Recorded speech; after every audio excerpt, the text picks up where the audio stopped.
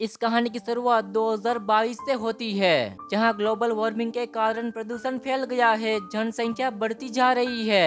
New York शहर में 40 million से भी ज्यादा लोग बढ़ चुके हैं और न्यूयॉर्क शहर में जितने भी घर होते हैं वो लोगों से भर चुके होते हैं। लोग सड़कों पर, इमारतों पर, सीढ़ियों पर, कारों में और भंगारों में रहते हैं। यहाँ पर सिर्फ अमीर लोग ही साफ पानी, अच्छे घर वो अपना खर्च उठा सकते हैं और इनके अलावा उनके घर में बॉडी गार्ड्स भी होते हैं। ज्यादातर लोग सरकारी नलों से पानी भरते हैं और 10 साइलेंट कॉर्पोरेशन नाम की एक बड़ी कंपनी के बिस्किट खाते हैं और इनका मुख्य उत्पादक, जिन्हें सोइलेंट रेड और सोइलेंट येलो कहा जाता है। यहाँ पर कंपनी ने हाल ही में अपना एक नया प्रोडक्ट सोइलेंट ग्रीन लॉन्च किया है, जिसके बारे में उनका दावा है कि यह बहुत स्वादिष्ट बिस्किट है। जिसके बाद हम न्यूयॉर्क सिटी पुलिस विभाग के एक जासूस को देखते हैं, जिसका नाम फ्रैंक होता है, जो एक बूढ़े आदमी सोल के साथ एक छोटे कमरे में रहता है। सोल एक कॉलेज प्रोफेसर है, जिसका काम फ्रैंक की जांच पड़ताल में मदद करना होता है। वह दोनों सन 2000 की शुरुआत में जनसंख्या बढ़ने के पहले के समय को याद करते हैं, जब खाने की मात्रा बहुत ज्यादा थी, लेकिन फ्रैंक को इस कहानी में कोई दिलचस्पी नहीं होती।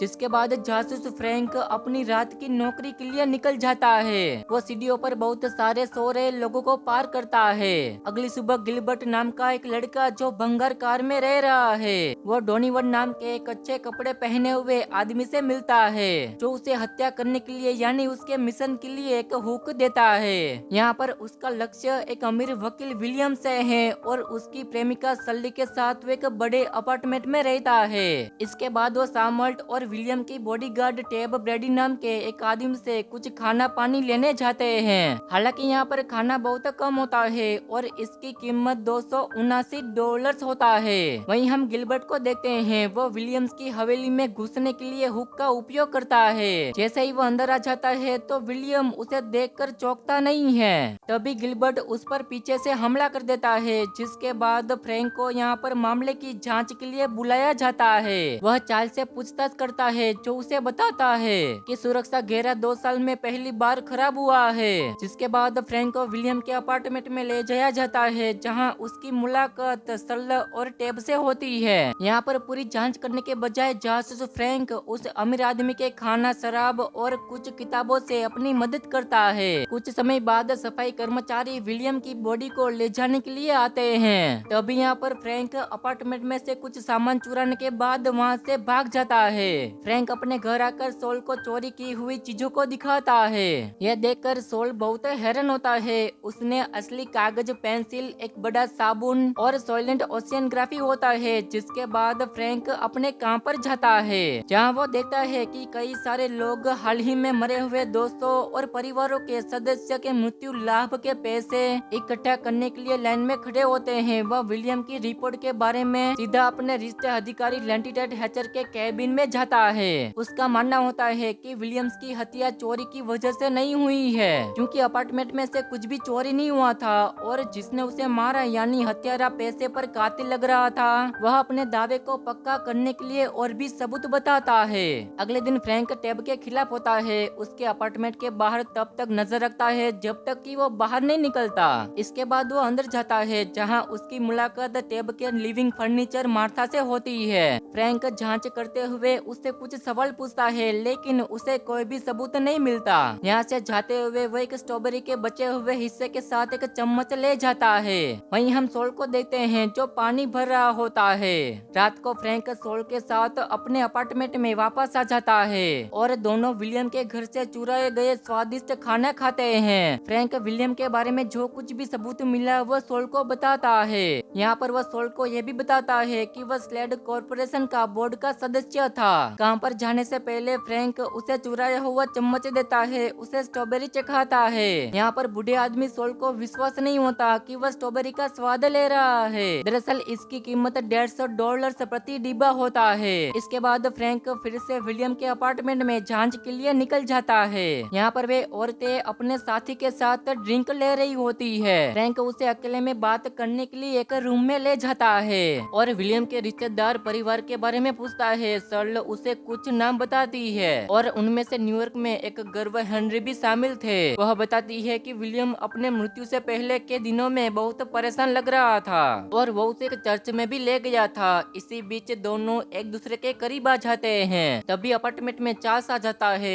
और लड़कियों पर गुस्सा करने लगता है। जब तक फ्रैंक उसे नहीं रोकता तो वो लड़कियों के साथ बुरा व्यवहार करता है। यहाँ पर फ्रैंक उसे लड़कियों पर ऐसा व्यवहार न करने की चेतावनी देता है, जिसके बाद सब वहाँ से चले जाते हैं और फ्रैंक भी यहाँ से निकलने वाला होता है। तभी सल उसे रोकती है और कहती है कि मुझे अकेले नहीं रहना। वो अकेले नहीं रहना चाहती, इसलिए वो फ्रैंक को मनाती है। फ्रैंक भी उसके व्यवहार को देखकर मान जाता है, जिसके बाद दोनों खाना खाते हैं। अगली सुबह फ्रैंक सल द्वारा बताई गई जगह चर्च पर जाता है, जो बहुत सारे लोगों से भरा होता है। वो उसके फादर के पास जाता है और विलियम के बारे में सवाल करता है। हालांकि फादर लोगों का हाल देखकर काफी थका हुआ है। उसे विलियम से बात करना तो याद है, लेकिन उसे वो बात याद नहीं आ रही। वो फ्रैंक से कहता है कि अभी तो मेरी हालत बात करने की नहीं है, सुबह आ जाना, तब ज्यादा लोग नहीं होंगे तो हम उस समय आराम से बात कर सकते हैं। फ्रैंक फिर वहाँ से चला जाता है और जब फ्रैंक ऑफिस आता है तो हेचर उसे साइन करने को कहता है, जिसमें लिखा था कि अब से विलियम का केस बंद किया जा रहा है। लेकिन फ्रैंक उसे साफ साफ मना करता है कि नहीं, मैं ऐसा बिल्कुल नहीं करना चाहता। मैंने काफी जानकारी इकट्ठा कर ली है और मैं इस केस को सोल्व करने के करीब पहुंच चुका हूं, इसलिए केस को मैं किसी भी हालत में नहीं छोड़ूंगा।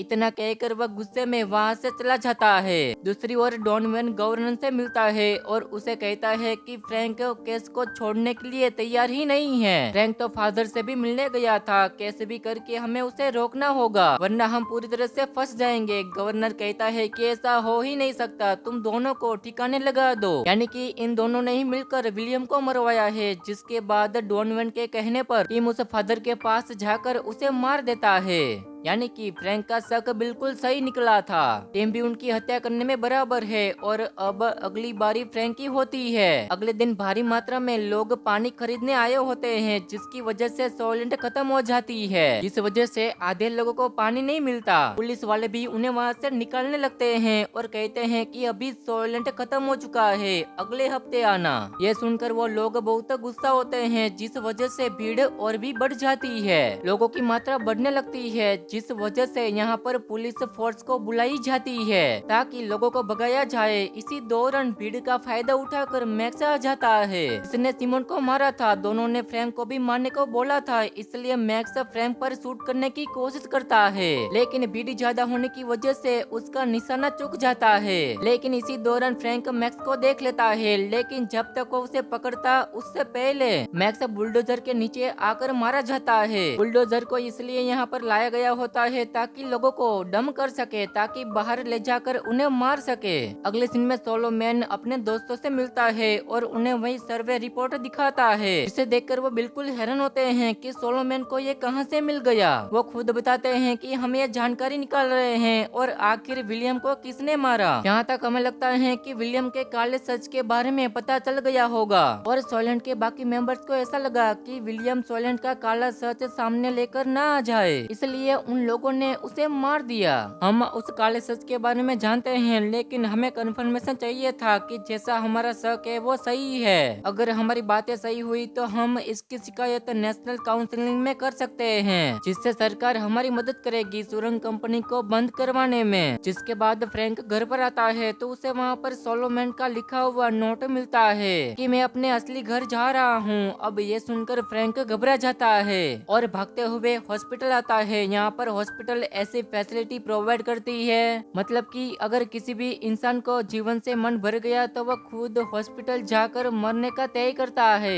इससे उसे जानने वाले लोगों को थोड़े पैसे भी मिल जाते हैं, जिसके बाद मरे हुए इंसान को डंप करने भेज दिया जाता है। इसलिए सोलोमैन भी अपनी जान देने के लिए जा रहा है। फ्रैंक तुरंत ही भागकर सोलोमैन के पास जाता है। वो उसे समझाने की कोशिश करता है कि आखिर तुम ऐसा क्यों कर रहे हो। तो सोलोमैन कहता है कि देखो, मैंने अपनी जिंदगी जी ली, मैं और जिंदा नहीं रहना चाहता, लेकिन मरने के बाद भी मैं तुम्हारा केस सोल्व करने में साथ जरूर दूंगा। मेरी बॉडी जहाँ डम होगी वहाँ चले जाना, वहाँ पर तुम्हें सब कुछ पता चल जाएगा। और तभी सोलोमैन अपना दम तोड़ देता है। जिसके बाद फ्रैंक हॉस्पिटल से ले जा रही सारी बॉडीज को देख रहा होता है कि आखिरकार उन्हें कहाँ डम किया जाता है। फिर वो एक बॉडी को ट्रक में ले जा रहे उसके अंदर चुपके से घुस जाता है। उस ट्रक के फिर ये शहर में बने प्लांट के पास जाता है जहाँ पर ये सारी बॉडीज को रखा जा रहा था। दरअसल इन लोगों को भी मारकर यहाँ पर लाया गया होता है। इसी दौरान फ्रैंक को पता चलता है कि सोयलेंट ग्रीन किसी और चीज से नहीं बल्कि मरे हुए इंसान के शरीर से बनाया जा रहा था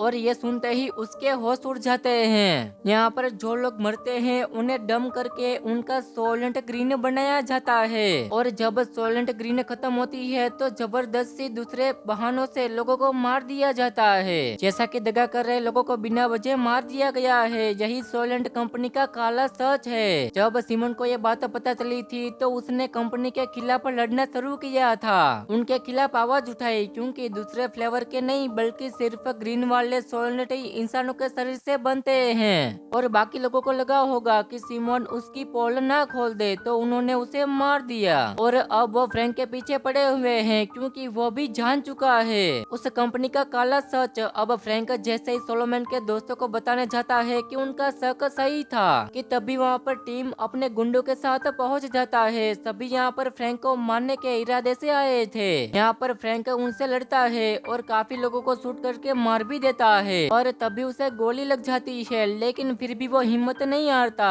जिसके बाद वहाँ पर हैचर और बाकी पुलिस वाले पहुँच जाते हैं। फ्रैंक हैचर से कहता है कि सोलोमन के दोस्तों से कहना कि उनका शक सही है, बाकी वो खुद संभाल लेंगे। हैचर कहता है कि हाँ मैं कह दूंगा, पर तुम्हारा भी हॉस्पिटल जाना जरूरी है। इसलिए बाकी पुलिस वाले भी फ्रैंक को हॉस्पिटल लेकर जाते हैं, लेकिन रास्ते में फ्रैंक चिल्ला रहा होता है कि सोयलेंट ग्रीन मत खाना, वो हमारे जैसे गरीब लोगों के शरीर से ही बना है। और इसके साथ एक कहानी यहीं पर खत्म हो जाती है। दोस्तों कहानी पसंद आई हो तो वीडियो को लाइक और चैनल को सब्सक्राइब कर देना। Thank you for watching.